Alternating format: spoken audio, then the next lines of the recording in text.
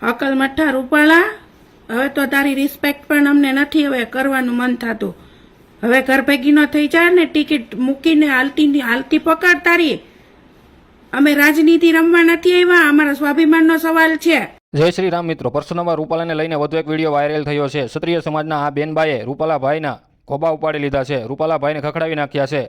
આગળ વિડીયોમાં જોજો, એક એવો વિડીયો ખડખડાટ વાયરલ થયો છે કે તમને નહીં જોયો હોય એવો વિડીયો છે. છેલ્લા 20-22 દિવસથી ક્ષત્રિય રાજપૂત સમાજ અને તેની સાથે કરણી સેના અને બીજા સમાજ ક્ષત્રિય સમાજ સાથે જોડાયા છે. તેવામાં આ ક્ષત્રિય બેનબાએ રૂપાલાભાઈને ચોખ્ખા શબ્દોમાં સંભળાવી દીધું છે કે કારણ કે રૂપાલાભાઈએ રોટી બેટીના વ્યવહારની વાત કરી છે અને આવા શબ્દો ક્ષત્રિય સમાજને દુઃખની લાગણી દુભાવી છે. રાજપૂત સમાજ રાજકોટમાં મહાસંમેલન લીધું ત્યારથી કીધું કે રૂપાલા ગમે એટલી વાર માફી માંગે પણ માફ કરવામાં નહીં આવે. આવા રાજપૂત સમાજના બેને છે જેણે ખુલ્લેઆમ રૂપાલાના ખોબા ઉપાડી લીધા છે. આખી ઘટના તો તમે જાણો છો અને તમને ખબર છે. રૂપાલાભાઈએ ક્ષત્રિય સમાજના ઇતિહાસ વિશે બોલ્યા ત્યારથી 2-3 વાર માફી માંગી છે પણ ક્ષત્રિય સમાજ માનતો નથી અને માફી આપવા માંગતો નથી. હવે વિરોધમાં ક્ષત્રિય સમાજના ભાઈઓને પોલીસ દ્વારા અટકાયત કરવામાં આવે છે. આ બેનબા જે બોલે છે તે સાંભળવા જેવું છે, તો આગળ આ વિડીયો સાંભળો. હવે રૂપાલાભાઈની ટિકિટ કાપશે કે નહીં કાપે તે એક સવાલ છે. ઘણા એવું કહે છે કે 19 તારીખે ટિકિટ કપાશે, તો ઘણા એવું કહે છે કે ફોર્મ ભરાઈ ગયું છે તો હવે ટિકિટ કપાશે નહીં. ક્ષત્રિય સમાજ હવે પાર્ટ 2 ની તૈયારી કરી છે, એના માટે એના વચ્ચે આ વિડીયો આવ્યો છે. ક્ષત્રિય સમાજના ભાઈઓ તથા બહેનો એવું બોલે છે કે સાંભળીને આપણને પણ ધ્રુજારી ઉઠી જાય છે. કટકા કરવાની વાત કરે છે તો કોઈ ગોબા ઉપાડવાની વાત કરે છે. જેણે કેટલાક દિવસથી ખાધું પીધું નથી, પેન્શન ઉપર છે, તેનું નામ છે પદ્મનીબેન વાળા. આ વિડીયોમાં જે બેન બોલે છે તે બેન છે બીજા, જેણે વિડીયોમાં કીધું છે કે અમે છેલ્લા શ્વાસ સુધી લડી લઈશું અને માફી તો નહીં જ આપીએ. સાંભળો આ વિડીયો. બહુ થયું. અકલ મઠ્ઠા રૂપાળા, હવે તો તારી રિસ્પેક્ટ પણ અમને નથી હવે કરવાનું મન થતું. હવે ઘર ભેગી ન થઈ જાય ને, ટિકિટ મૂકીને હાલતી પકડ તારી. અમે રાજનીતિ રમવા નથી આવ્યા, અમારા સ્વાભિમાનનો સવાલ છે. તારી રાજનીતિમાં અમારી બેનું દીકરીઓ શું બગાડ્યું તું?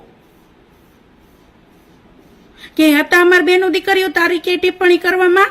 અમે હતા ક્યાંય? અમારા સમાજના દીકરીઓ હતા ક્યાંય? તમારા રાજનીતિમાં બેનું દીકરીઓને શું કામ વચ્ચે લાવો છો?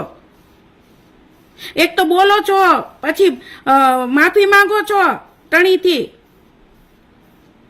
કે ખોટું લાગ્યું હોય તો, લાગણી દુભાણી હોય તો તમને માફી, તો તમે માફી માંગો એમ?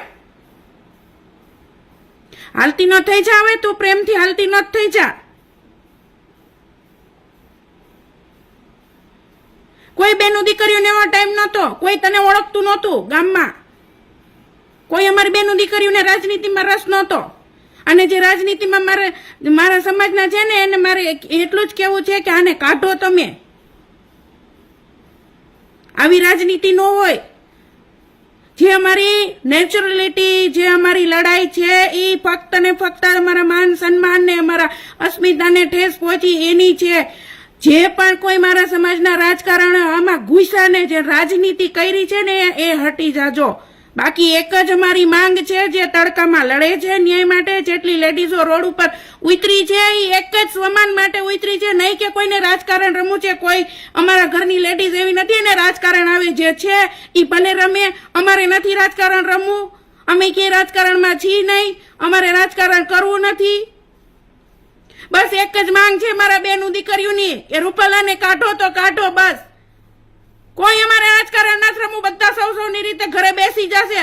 કોઈ લેડીઝ ને ટાઈમ નથી એવો લડવાનો. હાલી નીકળ્યા છો? એવી કેવી તમારી રાજનીતિ છે બેનું દીકરીઓને વચ્ચે લાવવાની? આવડી મોટી ઉંમર ના થઈને આવી રીતે બોલી થઈને તમે સચ્ચાઈ નો સાથ દેવાનું મને બધાને ઘરમાં ડિટેન કરો છો, રોડ ઉપરથી ડિટેન કરો